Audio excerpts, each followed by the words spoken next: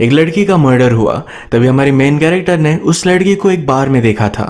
उसके बाद उसकी लाइफ में एक डिटेक्टिव आता है जो बहुत मिस्टीरियस था। हेलो फ्रेंड्स, आज मैं आपको इन द कट ये हॉलीवुड मिस्ट्री मूवी एक्सप्लेन करने वाला हूँ। इस मूवी की खास बात यह है कि हर कैरेक्टर पर आप शक करते हो, तो अंत तक इस वीडियो को जरूर देखिएगा। अब बिना किसी देरी के एक्सप्लेनेशन स्टार्ट करते हैं। मूवी स्टार्ट होती है और हमारी मेन कैरेक्टर जिसका नाम है फ्रैनी, ये हमसे इंट्रोड्यूस होती है। फ्रैनी अपनी सिस्टर के साथ बात कर रही थी। अपनी सिस्टर का नाम है पॉलिन। फ्रैनी एक टीचर है। एक बार में अपने स्टूडेंट से वो मिलने वाली थी।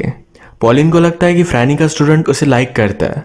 फ्रैनी ने उससे कहा, मेरा हर स्टूडेंट मेरे साथ फ्लर्ट करता है, ये कोई अलग बात नहीं। इसके बाद फ्रैनी और उसका स्टूडेंट कॉर्नेलियस ये कुछ सब्जेक्ट पर बात कर रहे थे। थोड़ी देर में फ्रैनी नीचे टॉयलेट के लिए जाती है। तभी वहां पर एक आदमी और एक लड़की इंटीमेट हो रहे थे। उसे बहुत ही इंट्रिगिंग लगा तो ये देखने लग जाती है। फ्रैनी ने उस आदमी के हाथों पर एक टैटू नोटिस किया। तो उसे बहुत वक्त लगा था तो उसका स्टूडेंट यहाँ से चला गया। इस बार का बिल फ्रैनी को ही पे करना पड़ता है। अगले दिन वो स्टूडेंट फ्रैनी की क्लास में नहीं था। क्लास खत्म होने के बाद वो उसे उसके बाहर के पैसे दे देता है। फ्रैनी कहती है, क्लासेस में आया करो, ये बहुत ही इंपॉर्टेंट है। कॉर्नेलियस एक्चुअल में फ्रैनी को लाइक करता है, पर फ्रैनी अपने स्टूडेंट के साथ कोई भी रिलेशनशिप नहीं रखना चाहती। इसके बाद जब वो घर पर आई तो एक डिटेक्टिव उसका वेट कर रहा था। यह हमारा और एक मेन कैरेक्टर है, उसका नाम है मलॉय। अभी फ्रैनी के अपार्टमेंट के सामने के गार्डन में एक लेडी की डेड बॉडी मिली थी। उसी की इन्वेस्टिगेशन करने के लिए मलॉय उसके घर पर आया हुआ था। उसे पूछता है, ये जिस रात मर्डर हुआ, ये तुमने कुछ सुना था? तुम्हें कुछ भी पता हो तो सब कुछ बता देना, छोटी छोटी डिटेल्स। फ्रैनी कहती है कि जनरली मैं अपनी विंडो ओपन कर सोती हूँ, पर उसे कुछ भी सुना ही नहीं दिया। यहीं पर ये दोनों जब बात कर रहे थे तभी फ्रैनी का एक्स बॉयफ्रेंड उसे उसके अपार्टमेंट के बाहर मिलने के लिए आया। बाहर से ही उसे एक मैसेज भी देता है। फ्रैनी ने इस बात को इग्नोर कर दिया। मलॉय फ्रैनी के घर में बहुत सारी चीज़ों को नोटिस कर रहा था। ये जैसे कि वो आर्टिस्टिक टाइप है, बहुत सारी चीज़ें लिखती रहती है। फ्रैनी की सिस्टर की फोटो भी उसने देखी है। इस सब इन्वेस्टिगेशन के बाद मलॉय अपना नंबर देकर वहां से चला जाता है। फ्रैनी ने मलॉय के बारे में एक चीज नोटिस की थी, जो टैटू उस रात बार में इंटीमेट होते हुए आदमी के हाथ पर था। यही टैटू मलॉय के हाथ पर भी है। उसे लगता है कि शायद वो वही था। रात में उस आदमी को इमेजिन कर वो अपने आप को प्लीज करती है। अगले दिन जब फ्रैनी अपने काम पर जा रही थी तो मलॉय और उसका डिटेक्टिव फ्रेंड ये दोनों उसे रोक लेते हैं। उसे लेट हो रहा था तो उसे ड्रॉप करने वाले थे। मलॉय फ्रैनी से कहता है, जिस रात मर्डर हुआ तुम उस रात उसी बार में थी, क्या तुम्हें कुछ याद है? उन्हें क्रेडिट कार्ड बिल से ये इन्फॉर्मेशन मिली हुई थी। फ्रैनी कहती कि मुझे कुछ भी याद नहीं। मलॉय ने मर्डर की उसे सब कुछ फोटोज वगैरह दिखाए जो बहुत ही डेंजरस थे। फ्रैनी को कुछ भी याद नहीं आता। जिसका मर्डर हुआ था उसे अपने लाइफ में उसने कभी भी नहीं देखा था। जाते वक्त मलॉय फ्रैनी से कहता है, मैं तुम्हें फिगर आउट नहीं कर पाता, क्यों ना हम डेट पर चले? फ्रैनी ने भी इसके लिए हाँ कह दिया। वो फिर अपनी सिस्टर से मिलने के लिए आई। उसकी सिस्टर आज बहुत ही ज़्यादा डिस्टर्ब हो चुकी थी। एक्चुअल में उसका एक डॉक्टर के साथ अफेयर था, पर इस डॉक्टर की ऑलरेडी फैमिली थी। अब डॉक्टर की वाइफ को सब चीज़ें पता चली तो डॉक्टर पॉलिन को इग्नोर करने लग गया। पॉलिन ने डॉक्टर को कांटेक्ट करने की कोशिश की, पर डॉक्टर ने रिस्ट्रेनिंग ऑर्डर लगा दिया, उसे मिल नहीं सकती। इस ब्रेकअप के बाद वो टूट चुकी थी। फ्रैनी उसे सहारा देती है। कुछ दिनों पहले फ्रैनी का बर्थडे था तो पॉलिन ने उसे एक गिफ्ट दिया। एक ब्रेसलेट है जिस पर अलग अलग चीजें बनी हुई है। ये फ्रैनी को बहुत अच्छा लगता है। फ्रैनी ने पॉलिन को मलॉय के बारे में बताया तो पॉलिन कहती है, तुम्हें इस डेट पर जाना चाहिए। फ्रैनी भी फिर मलॉय के साथ बार में आ गए।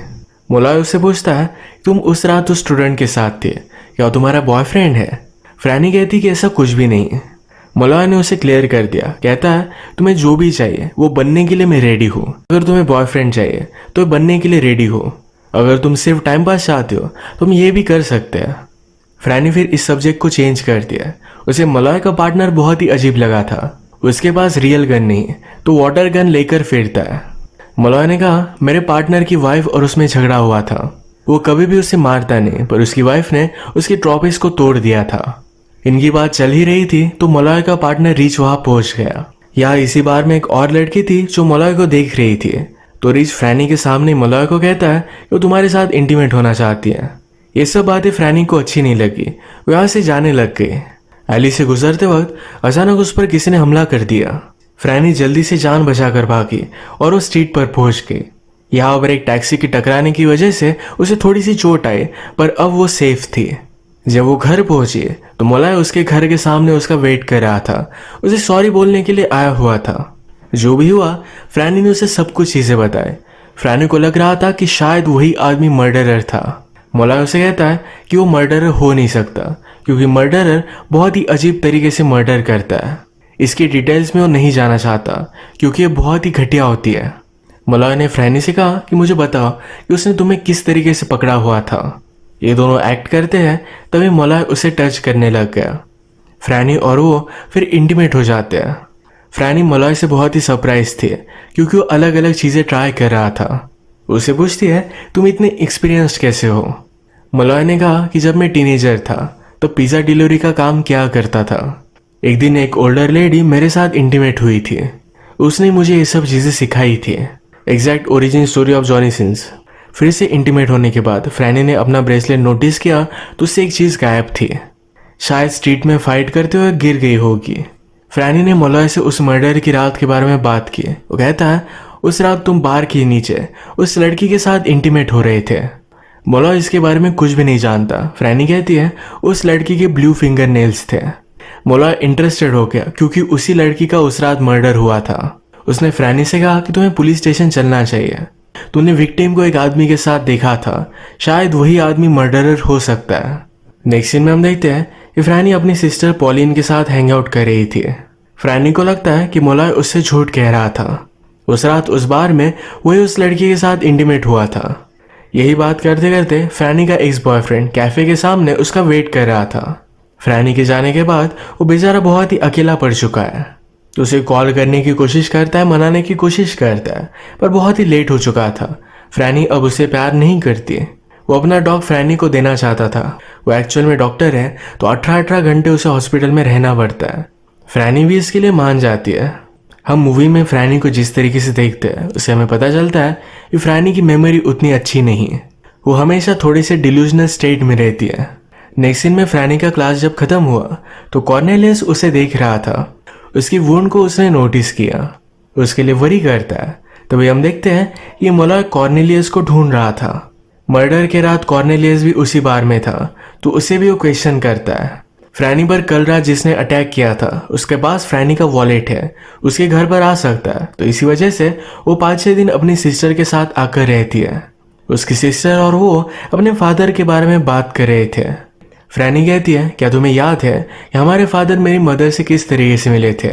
फादर किसी और के साथ एंगेज थे और पार्क में आए हुए थे। वहीं पर उन्होंने मेरी मदर को देखा। उससे उनकी नज़रें हटा नहीं पाए। जिससे वो एंगेज थे उसने भी ये नोटिस किया। उनकी एंगेजमेंट उसी दिन टूट गई थी।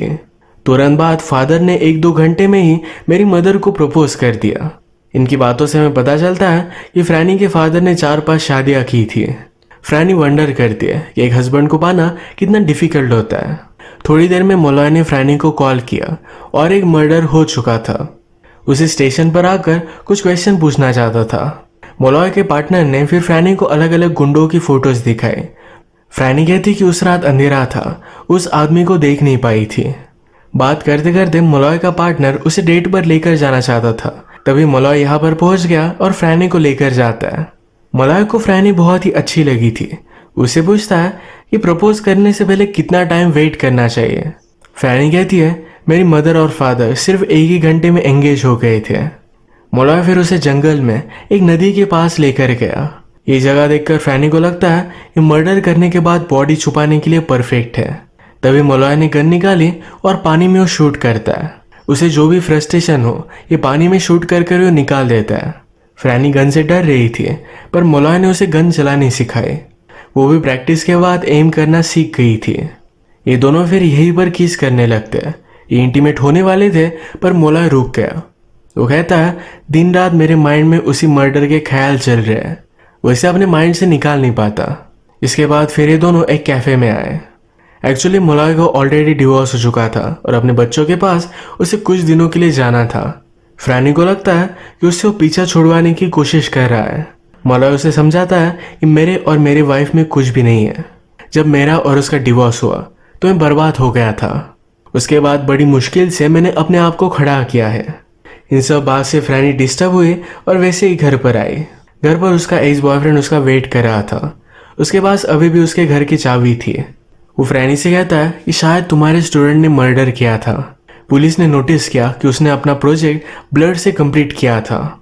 फ्रैनी उससे कुछ भी बात नहीं करना चाहती है तो यहाँ से चली जाती है। वो डायरेक्टली अपनी सिस्टर के पास आई। घर पर उसे कोई भी दिख नहीं रहा था। जब वो बाथरूम गई तो उसे डायरेक्टली उसकी डेड बॉडी मिली। पुलिस को कॉल किया जाता है। मॉलॉय वहां पर पहुंचा उसे सहारा देता है। फ्रैनी उससे कहती है कि जब मैं छोटी थी तो एक दिन मेरे फादर मुझे सिटी में छोड़कर चले गए थे। 5 दिनों तक मुझे कोई भी ढूंढ नहीं पाया था। ये सब बात जब मैंने फ्रैनी से कही तो उसने मुझसे कहा था कि मुझे इस अपॉर्चुनिटी का फायदा उठाना चाहिए था, जरा एंजॉय करना चाहिए था। जब भी फ्रैनी किसी हार्ड सिचुएशन में होती थी तो पॉलिन उसे हेल्प करती थी। ये दोनों एक दूसरे के लिए बहुत ही इम्पोर्टेंट थी। फ्रैनी ने पूछा कि उसका मर्डर कैसे हुआ था, उसे जानना था। मॉलॉय कहता है कि मर्डरर ने उसे एक रिंग पहनने के लिए दी। उसके बाद उसने उसका सर काट दिया। फ्रैनी बहुत रोई। उसे फिर मॉलॉय घर पर लेकर आया। अगले दिन फ्रैनी को मिलने के लिए फिर से उसका स्टूडेंट आया हुआ था। फ्रैनी डिस्टर्ब थी तो उसने बहुत सारा ड्रिंक कर लिया था। तभी उसका स्टूडेंट उसके साथ इंटीमेट होने लगता है। फ्रैनी उसे मना करती है पर उसे फोर्स करने लग गया था। तभी मॉलॉय का पार्टनर खिड़की से उसे आवाज देता है। ये स्टूडेंट फिर गुस्से में वहां से चला गया। थोड़े दिनों के लिए मॉलॉय अपने फैमिली के साथ गया था तो इसी वजह से उसने अपने पार्टनर को फ्रैनी पर नजर रखने के लिए कही। कुछ दिन गुजर जाते हैं और वो फिर से फ्रैनी के पास वापस आया। फ्रैनी उस पर बहुत ही गुस्सा थी, उसे बहुत मारती है। फ्रैनी की हालत बहुत ही खराब थी। मॉलॉय उसे उठाता है, उसे बात वगैरह देता है। फ्रैनी उससे कहती है कि तुमसे कुछ भी एक्सपेक्ट करना क्या गलत है। उसे अभी भी लगता है मॉलॉय एक लायर है। इस बात से मॉलॉय को गुस्सा आ गया। वो कहता है कि इतना सब कुछ करने के बाद भी तुम मुझ पर ट्रस्ट नहीं कर सकती तो इसमें कुछ भी पॉइंट नहीं है। वो गुस्सा कर यहाँ से जा रहा था पर फ्रैनी ने उसे रोक लिया। वो रेडी हुई और उसके साथ कहीं बाहर जाना चाहती थी पर उससे पहले मॉलॉय के हैंडकप उसने ले लिए। एक पोल से उसे बांध देती है। वैसे उसके साथ वो इंटीमेट हो गए। मॉलॉय कहता है कि मुझे जल्दी से यहाँ से बाहर निकालो। उसे जरा अनकंफर्टेबल लग रहा था। अब फ्रैनी जब मॉलॉय के पॉकेट में चाबी ढूंढ रही थी तभी उसे अपने ब्रेसलेट का एक हिस्सा उसके पॉकेट में मिला। ये उसके ब्रेसलेट का हिस्सा उस रात स्ट्रीट में फाइट करते हुए गिर गया था। उसे लगता है कि उसे जो मारने की कोशिश कर रहा था ये मॉलॉय ही था। मॉलॉय ने उसे समझाने की कोशिश की कि ऐसा कुछ भी नहीं है। वो फिर से उसी साइड पर गया था। उसे ये चीज मिल गई थी। फ्रैनी सारे डॉट्स कलेक्ट करने लग जाती है। उसने नोटिस किया था कि पॉलिन की घर की चाबी मॉलॉय के पास थी पर वो डिटेक्टिव है तो शायद इसी वजह से मर्डर के बाद घर की चाबी उसके पास हो सकती थी। पर सारी चीजें उसे मॉलॉय के पास ही पॉइंट कर रही थी। मॉलॉय के हाथ पर का टैटू भी वो इग्नोर नहीं कर सकती। वो कंफर्म हो जाती है कि वही मर्डरर है। मॉलॉय के हाथ बंधे हुए थे, वैसे उसे छोड़कर वो बाहर निकल जाती है। बाहर आने के बाद मॉलॉय के पार्टनर से वो मिली। उसे सब कुछ बात बता देती है। पार्टनर कहता है कि मेरे साथ चलो। मॉलॉय ने भी इन सारी बातों के बारे में सोचा। उसने और उसके पार्टनर ने एक ही टैटू बनवाया हुआ था। इसका मतलब है उसका पार्टनर सीरियल किलर है। फ्रैनी को मॉलॉय का पार्टनर एक रिमोट से लाइट हाउस पर लेकर आया। पार्टनर फ्रैनी से कहता है कि मॉलॉय एक अच्छा ऑफिसर है, वो ऐसा कुछ भी कर नहीं सकता। फ्रैनी ने मॉलॉय के पार्टनर के हाथ पर टैटू नोटिस किया। वो समझ गई थी कि यही एक्चुअल सीरियल किलर है। वो डर कर रोने लग गई थी। पार्टनर उसे हक कर लेता है। वो कहता है कि डरो मत। वो हमेशा किसी को भी मारने से पहले उसे रिंग देता है। उसी तरीके से फ्रैनी को भी उसने रिंग दी। फ्रैनी को अचानक से याद आया कि उसके पास जो मॉलॉय का जैकेट है उसमें उसकी गन है। वो गन लेकर इस किलर को मारने की कोशिश करती है पर इन दोनों में बहुत फाइट हुई। फाइनली उसने उसे मार डाला। मॉलॉय ने घर पर कफ से निकलने की बहुत कोशिश की थी पर वो निकल नहीं पाया था। फ्रैनी घर पर आई और उसे गले लगा लेती है। वो अब उस पर पूरी तरीके से ट्रस्ट करती है। यही पर ये मूवी एंड हो गई। अगर आपको एक्सप्लेनेशन अच्छा लगा तो प्लीज़ इसे लाइक कर दीजिएगा। मैं बहुत सारी मूवीज़ लेकर आता रहता हूँ तो प्लीज़ इस चैनल को सब्सक्राइब कर दीजिए और बेल नोटिफिकेशन आइकॉन दबाना मत भूलिएगा। हम फिर से मिलेंगे और एक नई मूवी के साथ। तब तक के लिए थैंक यू और आप अपने आप का ख्याल रखिए।